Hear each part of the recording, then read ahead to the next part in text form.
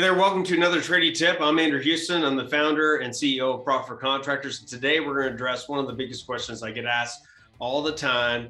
Take a look at the little triangle. When to hire? When do you know that it's ready for you to go and actually hire somebody?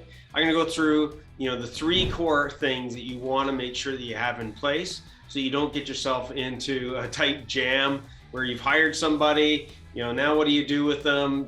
Maybe you don't have enough work, or they just don't work out, and maybe the timing is off. So let's get this sucker nailed today.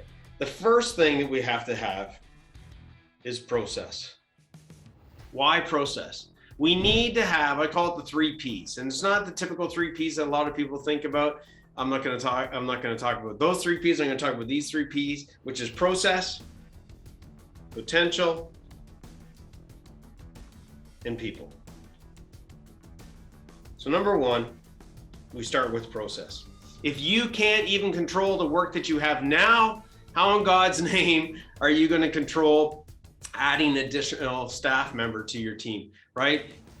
Don't, turn your cracks in your business into massive, crevices and canyons of trouble, okay? Make sure you've got control of the work that you've got right now. Make sure you've got control of the people that you have right now. So process is the first thing you want to put into play. You might want to call that systems, systematize your business, because systems times people equals results, but really it's systems times potential times people equals results. Why potential next? That's number 2. We want to make sure that we have the potential to get work. And you might be asking, Andrew, how the hell would I know if I've got potential to get work or not? Well, there's a couple of metrics that you want to look at. One is how many requests for quotes are coming through the door, okay?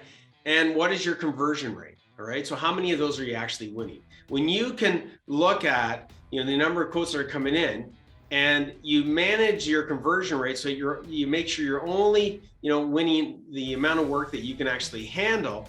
This allows you then to look at the number of requests for quotes to say, hey, if we landed a new employee, we'd be able to dial up the number of jobs that we're able to accept, based upon the demand that's out there. And we'd be able to accept more of them and accept more work, because then we'd have enough people for that work. So balancing your number of quotes to your conversion rate is like a dial around your potential and around what you can actually handle, okay? So you want to make sure that you've got the right potential, but it doesn't necessarily mean, get this straight, that you've accepted all that work. Because guess what? Wouldn't it be a disaster if you accepted all that work and then you couldn't find the people? Now you've committed to that, you're legally bound to that, and now it's going to put way more stress on your team. So focus in on potential as number 2.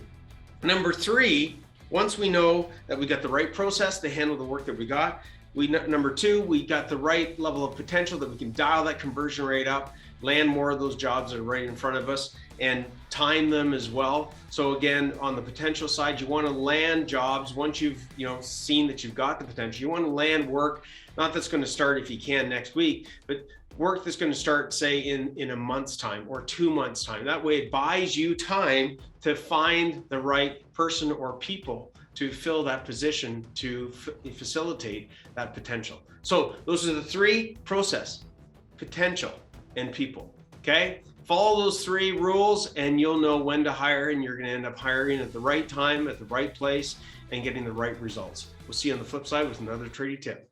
Cheers.